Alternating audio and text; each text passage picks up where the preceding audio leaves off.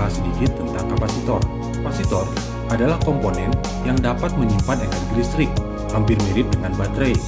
Bedanya dengan baterai mampu menampung energi lebih banyak dibanding kapasitor dengan ukuran fisik yang sama. Tapi, kapasitor memiliki kelebihan dibandingkan baterai.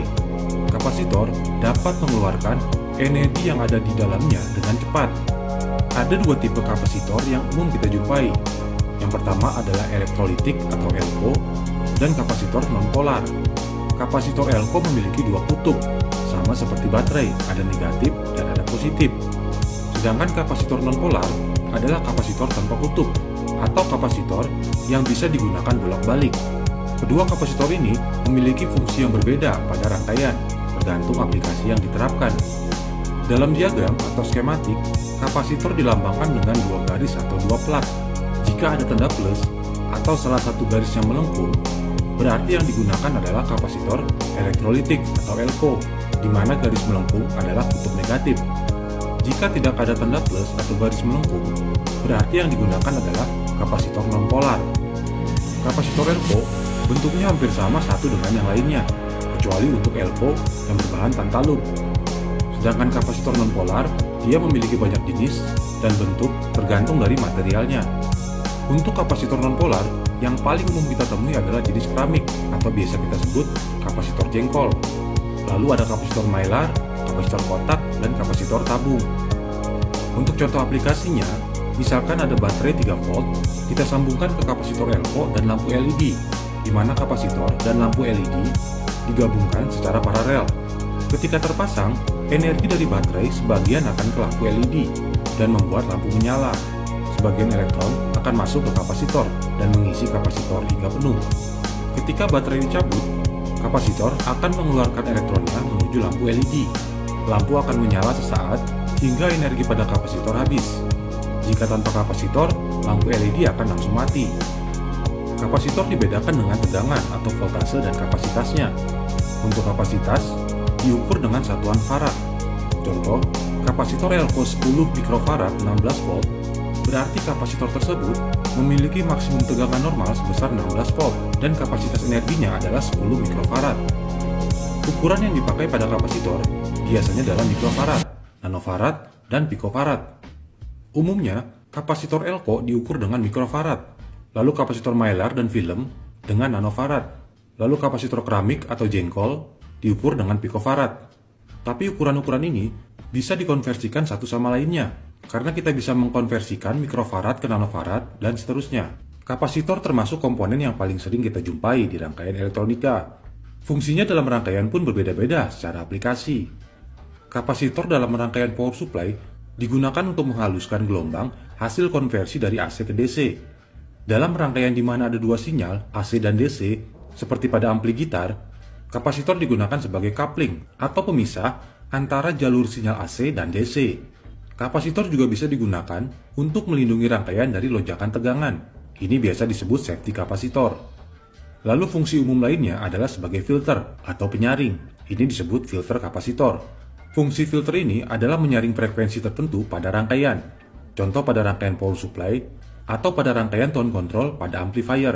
Tentang jenis-jenis dan tipe dari kapasitor. Seperti yang sudah kita ketahui sebelumnya, secara umum kapasitor kita bagi menjadi dua kategori. Yang pertama adalah ELCO atau elektrolitik kapasitor dan kapasitor nonpolar. Nah, mungkin juga teman-teman sudah mengerti apa itu ELCO. Dia kapasitor dengan dua kutub, jadi ada kutub positif dan ada kutub negatif. Sedangkan yang nonpolar dia bisa dibulak-balik untuk penggunaannya. Nah, untuk bentuknya, kayaknya kalau kapasitor ELCO ini dia hampir sama semuanya. Jadi mirip-mirip, kecuali kapasitor LFO yang tantalum. Dia bentuknya seperti ini. Ini tantalum, dia ada tanda plusnya untuk menunjukkan kaki plusnya. Tipikalnya sama, dia mempunyai dua kaki kecuali kapasitor yang seperti ini. Dia di sini 32 plus 32, jadi ada 3 kaki, di mana 2 kakinya adalah positif dan 1 kakinya adalah negatif. Nah, terus juga ada kakinya yang seperti ini. Dia kakinya di atas dan di bawah. Ini biasa kita sebut kaki aksial. Jadi misalkan kalau kita mau cari atau kita mau beli, kata kuncinya adalah aksial kapasitor. Berarti kakinya dia seperti ini. Sama juga dengan yang non-polar. Nah, untuk kapasitor Elco ini, dia biasanya nilainya atau kapasitasnya itu 1 mikrofarad ke atas biasanya. Nah, untuk fungsinya, kapasitor Elco itu biasanya digunakan untuk filter dan juga untuk smoothing atau menghaluskan sinyal. Terus juga untuk kapasitor yang besar-besar seperti ini, dia biasanya ada di rangkaian power supply. Nah, sekali lagi, kalau misalkan kita menggunakan kapasitor-kapasitor seperti ini, harap berhati-hati, karena kalau kita menggunakan kapasitor yang sedang dipakai atau digunakan, atau misalkan kita mau cabut kapasitor bekas, kemungkinan dia masih ada tegangan atau energi di dalam kapasitornya, jadi mesti dikosongkan terlebih dahulu. Oke, itu untuk kapasitor yang Elco. Sekarang kita ke kapasitor yang non-polar. Nah, untuk kapasitor non-polar, dia punya banyak bentuk, punya banyak nilai, terus juga punya banyak jenis material atau bahannya. Tapi kalau secara umum, materialnya bisa dibagi menjadi keramik, film, atau kertas, paper.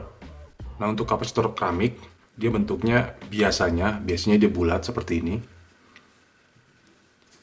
Ini kayaknya sering kita jumpai di sirkuit-sirkuit atau di rangkaian. Biasa juga kita sebut kapasitor jengkol. Ini yang bahannya dari keramik. Nah, untuk kategori film, kapasitor film, dia ada banyak jenis material atau bahannya. Saya juga kurang begitu hafal.